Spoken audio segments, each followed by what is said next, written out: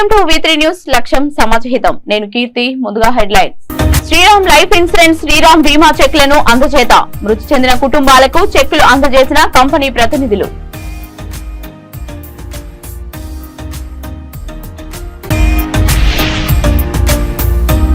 ముఖ్యమంత్రి చిత్రపటానికి పాలాభిషేకం.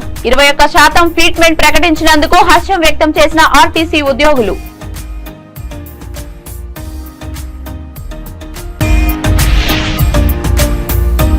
ముఖ్యమంత్రి రేవంత్ రెడ్డి భద్రాచలం పర్యటన. 5వ హామీ ఇందిరమ్మ ఇల్లు పథకాన్ని ప్రారంభించనున్న సీఎం.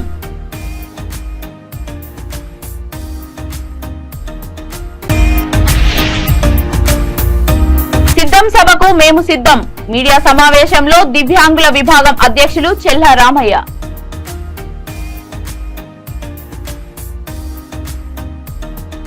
ఇక డీటెయిల్స్ లోకి వెళ్తే సిద్దిపేట జిల్లా గజ్వెల్ ఇందిరా పార్క్ చౌరస్తా వద్ద వాసవి సేవా సమితి ఆధ్వర్యంలో కీర్తిశేషులు పబ్బ కృష్ణమూర్తి జ్ఞాపకార్థం వారి కుమారుడు కోడలు దేవికా సంతోష్ అమావాస్య అన్నదాన కార్యక్రమం నిర్వహించారు.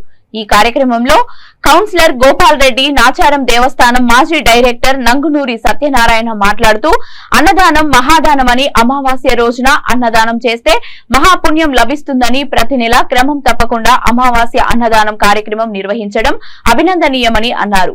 ఈ కార్యక్రమంలో కిరాణా వర్తక సంఘం అధ్యక్షులు సిద్ది భిక్షపతి, అత్తెల్లి లక్ష్మయ్య, ఐత సత్యనారాయణ, కైలాస ప్రభాకర్, రుక్మయ్య, బొంతుల సత్యనారాయణ, ఆర్యవైశ్య నాయకులు పాల్గొన్నారు.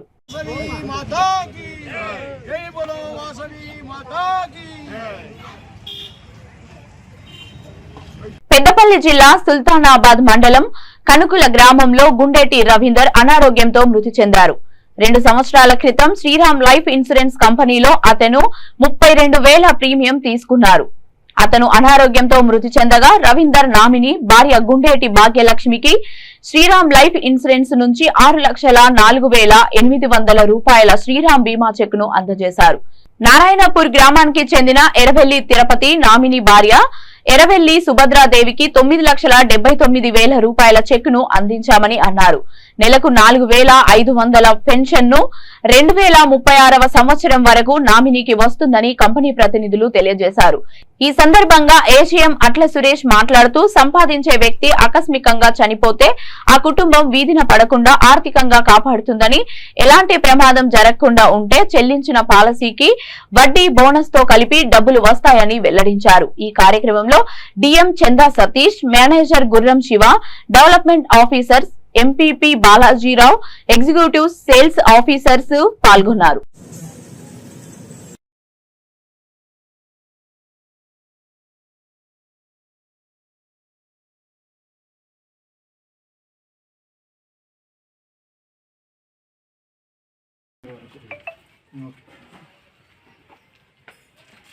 Sriram life insurance Karimnagar branch వాళ్ళు ఏదైతే ఉందో, మరి ఇక్కడ నారాయణపూర్ గ్రామంలో ఉన్నటువంటి తిరుపతిరావు గారు ఈ ఇన్సూరెన్స్ చేయించుకోవడం జరిగింది. 33,000 రూపాయలు ఏదో ఇయర్లీ ప్రీమియం చేసుకోవడం జరిగింది. అనుకోకుండా ప్రమాదవశాత్తు వారు యాక్సిడెంట్లో చనిపోవడం జరిగింది. దురదృష్టకరం. మరి ఇన్సూరెన్స్ ద్వారా యాక్సిడెంట్ బెనిఫిట్ స్కీమ్ ఏదైతే ఉందో వారికి 9 లక్షల పైచీలకు అమౌంట్ ఇవ్వడం జరుగుతూ ఉంది. దాంతోపాటు వారికి ఎవరైతే డిపెండెంట్ ఉన్నారో వారి సతీమణి గారికి మంత్లీ పెన్షన్ కూడా 4,000 రూపాయల దాకా పెన్షన్ కూడా ఇవ్వడం జరుగుతూ ఉంది. ఈ ఇన్సూరెన్స్ ఏదైతే ఉందో చాలా ఉపయోగకరం. చాలామంది కూడా నిర్లక్ష్యం చేస్తూ ఉంటాం. ఆధ్వర్యంలో డిఎం సతీష్ గారు, కరీంనగర్ మేనేజర్ శివ గారు, ప్లస్ మా ఏజెంట్ మిత్రులు, డిఓ మిత్రులు అందరి సమక్షంలో సుల్తానాబాద్ మండలానికి సంబంధించి నారాయణపూర్ గ్రామంలో ఎర్రవల్లి తిరుపతిరావు గారు గత కొద్ది కాలం క్రితం మన దగ్గర పాలసీ చేసి యాక్సిడెంటల్గా రిస్క్ జరగడం జరిగింది. దానికి గాను నామినీ అయినటువంటి సుభద్రమ్మ గారికి ఈరోజు 9,74,000 రూపాయల చెక్కును అందించడం జరిగింది. దాంతోపాటు ప్రతి నెల 4,500 రూపాయల చొప్పున 2036 వరకు, అంటే దాదాపుగా 14 సంవత్సరాలు ప్రతి నెల 4,500 పెన్షన్ కంపెనీ నుంచి సుభద్రమ్మ గారికి రావడం జరుగుతుంది. గ్రామీణ ప్రాంతాల్లో పబ్లిక్కి ఎక్కువగా ఇన్సూరెన్స్ పట్ల అవగాహన లేకపోవడంతో ఇన్సూరెన్స్ తీసుకోవడానికి కొద్దిగా వెనుకాడుతున్నారు. ఈరోజు జరుగుతున్నటువంటి సందర్భాలు అంటే కరోనా లాంటి విపత్కర పరిస్థితుల తర్వాత రకరకాల గుండె జబ్బులు కానీ లేకపోతే బీపీలు పెరగడం ఇవన్నీ రకరకాల ఇబ్బందులు అనేటివి మనం చూస్తూనే ఉన్నాం. ఇంతకుముందు ఒక క్లెయిమ్ కూడా ఇచ్చాం, అది కనుకుల్లో సంబంధించి గుండేటి రవీందర్ గారు డెంగ్యూ బారిన పడి చనిపోవడం జరిగింది. డెంగ్యూ అంటే మరి దోమ కుడితే వస్తుంది, దానివల్ల ఆ వ్యక్తి చనిపోతే ఆ వ్యక్తి కుటుంబానికి కూడా 6 లక్షల రూపాయలు నార్మల్ ఇన్సూరెన్స్ కింద ఇవ్వడం అనేది జరిగింది. అంటే ఏ టైంలో ఎట్లా ఉంటుంది అనేది చెప్పలేం కాబట్టి ప్రతి వ్యక్తి కూడా తన సంవత్సర ఆదాయానికి మినిమం 10 రెట్లు బీమా చేయించుకొని ఉంటే ఆ ఫ్యామిలీస్ సెక్యూర్గా ఉండడం జరుగుతుంది. ఒకవేళ ఏమీ జరగని పక్షంలో వాళ్ళు కట్టుకున్న డబ్బులకి వడ్డీతో సహా తిరిగి చెల్లించడం అనేది జరుగుతుంది. కాబట్టి ఎక్కువ మంది ఇన్సూరెన్స్ పట్ల అవగాహన క్రియేట్ చేసుకొని ఇన్సూరెన్స్ చేస్తారని ఆశిస్తున్నాం. Thank you. తెలంగాణ రాష్ట్ర ముఖ్యమంత్రి రేవంత్ రెడ్డి ఆర్టీసీ ఉద్యోగులకు 21% ఫిట్మెంట్ పీఆర్సీని ప్రకటించినందుకు కామారెడ్డి జిల్లా బాన్సువాడ నియోజకవర్గం బస్ డిపో వద్ద రాష్ట్ర కాంగ్రెస్ నాయకులు ఆర్టీసీ ఉద్యోగులు ముఖ్యమంత్రి రేవంత్ రెడ్డి చిత్రపటానికి పాలాభిషేకం నిర్వహించారు. ఈ సందర్భంగా కాంగ్రెస్ నాయకులు మచ్చం శ్రీనివాస్, కొత్తకొండ భాస్కర్ మాట్లాడుతూ ఎన్నికల ముందు ఇచ్చిన హామీలను నెరవేర్చడంలో భాగంగా ఆర్టీసీ ఉద్యోగులకు పీఆర్సీని ప్రకటించడం ఒక వరమని ఆర్టీసీ ఉద్యోగులు హర్షం వ్యక్తం చేశారు. ఈ కార్యక్రమంలో ఆర్టీసీ ఉద్యోగులు, కాంగ్రెస్ నాయకులు పాల్గొన్నారు.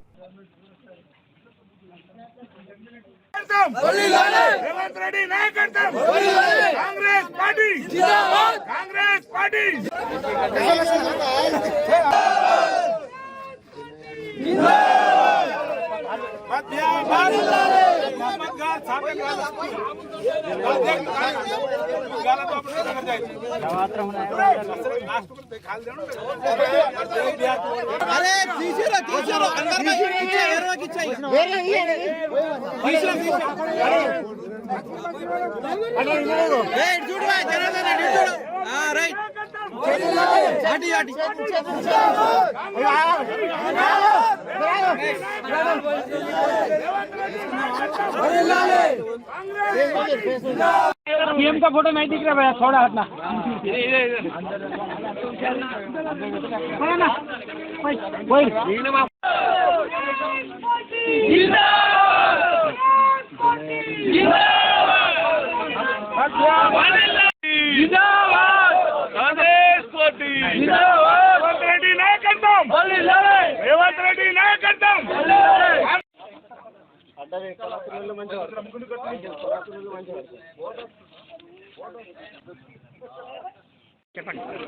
రాష్ట్రంలో కాంగ్రెస్ పార్టీ అధికారంలోకి వచ్చిన తర్వాత డిసెంబర్లో జరిగినటువంటి కాంగ్రెస్ పార్టీని రాష్ట్రంలో ప్రజలు అధికారంలోకి తెచ్చిన తర్వాత ఏదైతే మేనిఫెస్టోలో పెట్టినటువంటి అంశాలు రేవంత్ రెడ్డి గారి నాయకత్వంలో ఈ రాష్ట్రంలో కాంగ్రెస్ పార్టీ ప్రభుత్వం ఏర్పడి మేనిఫెస్టోలో పెట్టినటువంటి అంశాలన్నిటినీ ఒక వరుస క్రమంలో గత ప్రభుత్వం ఈ రాష్ట్రాన్ని దివాలా చేయించినటువంటి పరిస్థితికి భిన్నంగా మరి ఇవాళ చెప్పినటువంటి ప్రతి మాటని అమలు చేయాలన్నటువంటి ప్రధాన సంకల్పంతో రాష్ట్రంలో ముఖ్యమంత్రి గారి నాయకత్వంలో రాష్ట్ర మంత్రివర్గం అనేక నిర్ణయాలు తీసుకునే క్రమంలో ఈరోజు ఆర్టీసీ కార్మికులకు 21% ఫిట్మెంట్ ఇచ్చి గత ప్రభుత్వంలో కేసీఆర్ గారి నాయకత్వంలో ఆర్టీసీని ప్రైవేట్ పరం చేద్దాం, పూర్తి స్థాయిలో నిర్వీర్యం చేద్దాం అనేటువంటి నిర్ణయాలను పక్కకు పెట్టి ఇవాళ ఆర్టీసీని బలోపేతం చేసి ముఖ్యంగా ఈ ఫిట్మెంట్తో పాటు ఏదైతే మహిళలకి ఆర్టీసీ ప్రయాణం ఉచితంగా ఇస్తామన్నటువంటి వాగ్దానాన్ని నిలబెట్టి మరి ఆర్టీసీ నష్టాల్లోకి పోకుండా ప్రభుత్వం పూర్తి స్థాయిలో ఆదుకుందామనేటువంటి క్రమంలో భాగంగా ఇవాళ పూర్తి స్థాయిలో ఈ రకమైనటువంటి ఫిట్మెంట్ నుంచి ముఖ్యమంత్రి రేవంత్ రెడ్డి భద్రాచలం పర్యటనలో భాగంగా ముందుగా సీతారాములను దర్శనం చేసుకున్న అనంతరం మార్కెట్ యార్డ్ లో ఇందిరమ్మ ఇల్లు పథకాన్ని ప్రారంభిస్తారని మంత్రి పొంగులేటి తెలియజేశారు. ఈ కార్యక్రమంలో మంత్రులతో పాటు ఎమ్మెల్యేలు, అధికారులు, ప్రజాప్రతినిధులు పాల్గొంటారని మంత్రి అన్నారు. మొదటి విడతగా ప్రతి నియోజకవర్గంలో 3500 ఇండ్లు ఇస్తున్నామని మంత్రి వివరించారు. 5వ హామీ అయినటువంటి ఇందిరమ్మ ఇల్లు పథకాన్ని గౌరవ ముఖ్యమంత్రి ప్రారంభించడానికి వస్తున్నారని అన్నారు. ఇప్పటి వరకు దేశంలోనే అత్యధికంగా ప్రజలకు ఇల్లు నిర్మించిన ఏకైక రాష్ట్రం ఉమ్మడి ఆంధ్రప్రదేశ్ రాష్ట్రమని పేర్కొన్నారు.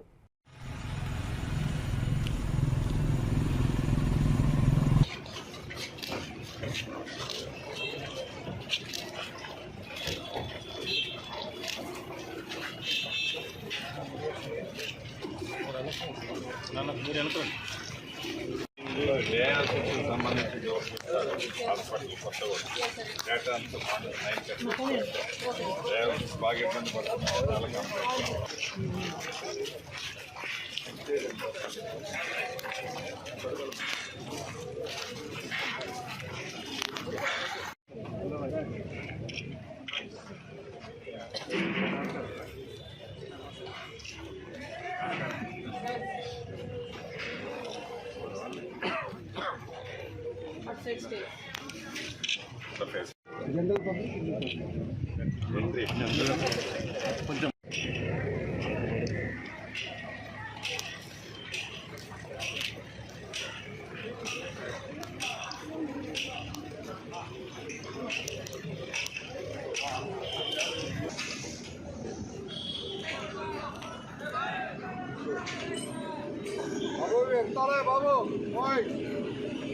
బాబు మొత్తం ఓకేనా?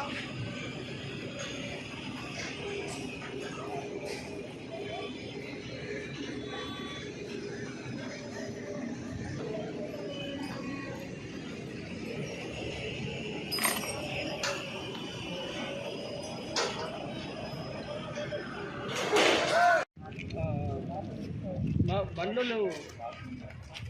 లేవు మామ.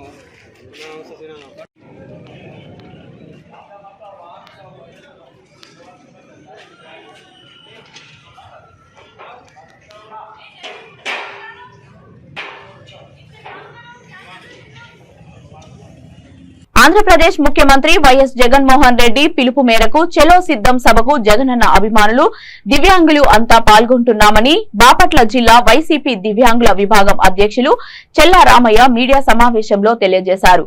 బాపట్లలోని వికలాంగుల కాలనీలో ఏర్పాటు చేసిన విలేకరుల సమావేశంలో చెల్లా రామయ్య మాట్లాడుతూ బాపట్ల జిల్లా కొరిచపాడులో జరిగే సిద్ధం సభకు బాపట్ల జిల్లాలో ఉన్న దివ్యాంగులు అందరూ సంసిద్ధంగా పాల్గొంటున్నామని తెలియజేశారు. పేద ప్రజలకు, పెత్తందారులకు జరిగే రాజకీయ పోరాటంలో జగనన్న వెంటే రాష్ట్రం, ప్రజానీకం అంతా కలిసి ఉంటున్నారని చెల్లా రామయ్య తెలియజేశారు. ఈ కార్యక్రమంలో వైసీపీ నాయకులు గుంజి ఏడుకొండలు, చల్లపల్లి గోపి, టి వెంకటేశ్వరరావు, గునివిని వెంకటేశ్వరారెడ్డి, గవిని సాంబయ్య తదితరులు పాల్గొన్నారు.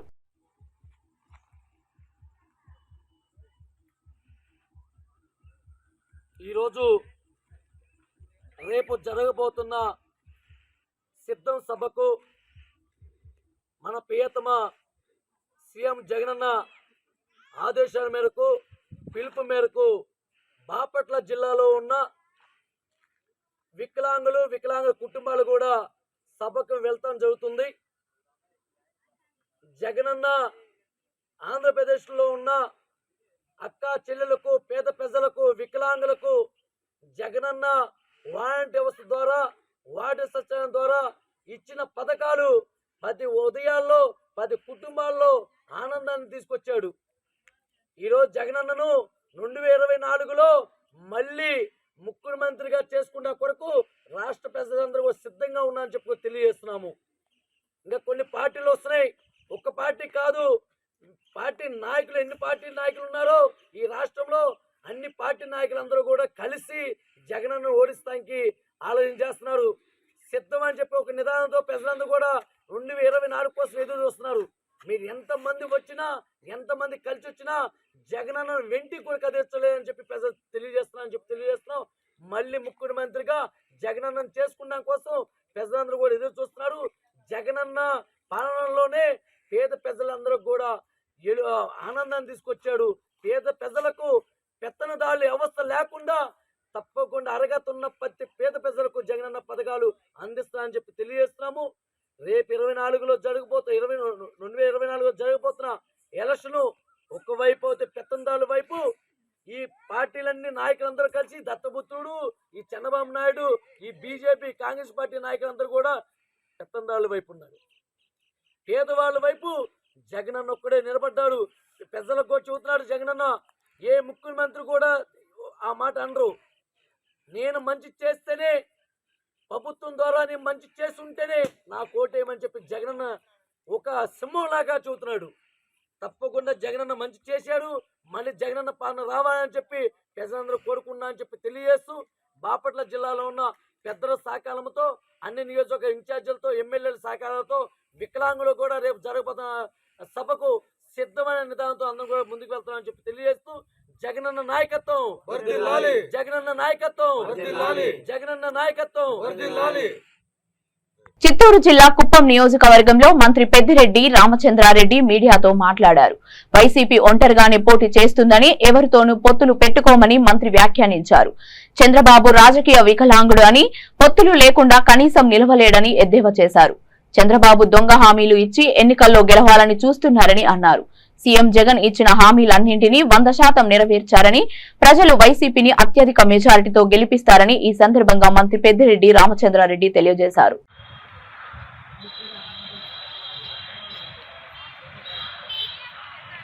మాటలన్నీ కూడా మళ్ళా నెరవేర్చకుండా కాలయాపన చేసి 5 సంవత్సరాలు ఏదో తూతూ మంత్రంగా ఎన్నికల ముందు పసుపు కుంకుమనో లేకపోతే ఏదో ఒక వంకాయ పెట్టి ఆయన మాట నిలుపుకోలేకపోయాడు అనేది బాగా నిరూపితమైంది.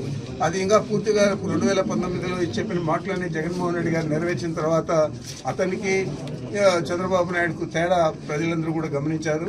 రేపు చెప్తే చేస్తాడు జగన్మోహన్ రెడ్డి గారు. అదే చంద్రబాబు నాయుడు చెప్తే అధికారంలోకి వచ్చిన తర్వాత అవన్నీ కూడా చేసే పరిస్థితి ఉండదు. మోసపూరితంగా కుట్రపూరితంగా వ్యవహారం చేస్తాడు. అతనికి అబద్ధాలు చెప్పడానికి సెన్సార్ కూడా లేదు కదా అనే రీతిలో పుంకాలుగా దొంగ హామీలన్నీ కూడా ఇచ్చి ఎన్నికల్లో గెలవాలనే ప్రయత్నం చేస్తాడు. దానికి తోడు ఈ పొత్తులు కూడా ఉన్నాయి కాబట్టి గెలవాలని అనుకుంటాడు. కానీ పొత్తులు పెట్టుకున్న వారు కూడా పశ్చాత్తాపడాల్సి వస్తుంది ఎన్నికలు జరిగిన తర్వాత, ఎన్నికల ఫలితాలు వెల్లడైన తర్వాత.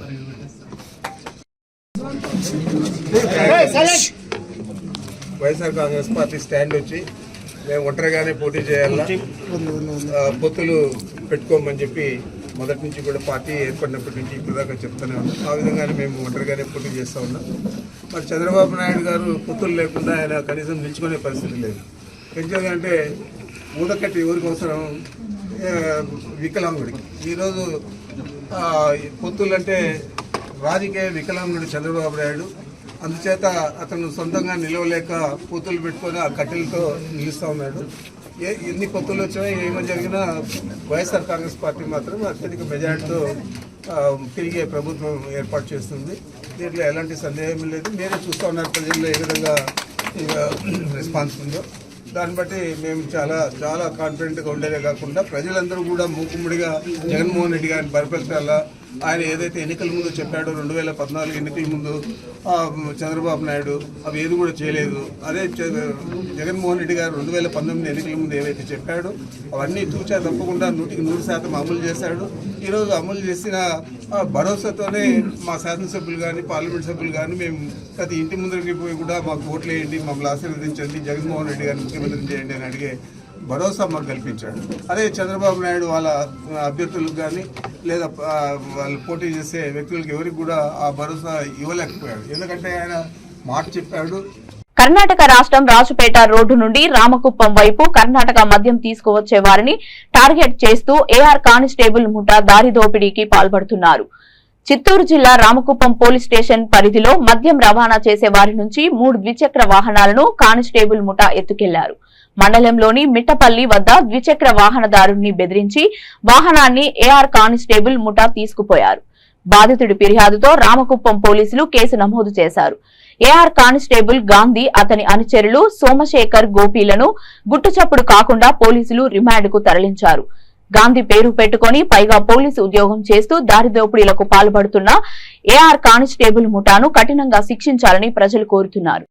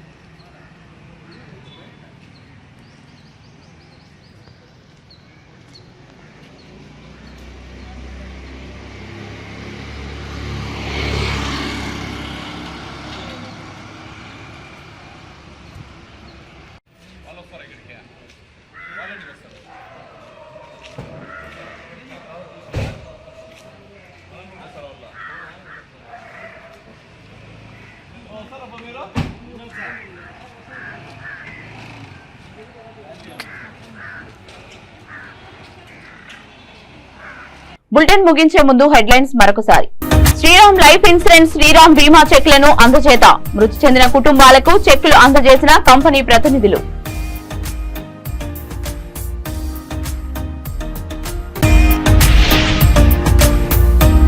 ముఖ్యమంత్రి చిత్రపటానికి పాలాభిషేకం 21% ట్రీట్మెంట్ ప్రకటించినందుకు హర్షం వ్యక్తం చేసిన ఆర్టీసీ ఉద్యోగులు.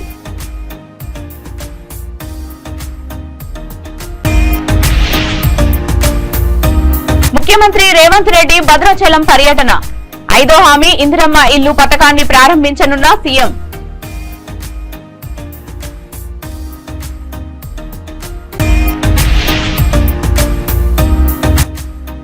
సిద్ధం సభకు మేము సిద్ధం మీడియా సమావేశంలో దివ్యాంగుల విభాగం అధ్యక్షులు చెల్లా రామయ్య. ఇవి ఇప్పటి వరకు ఉన్న అప్డేట్స్. మరిన్ని అప్డేట్స్ కోసం చూస్తూనే ఉండండి V3 న్యూస్. లక్ష్యం సమాజ హితం.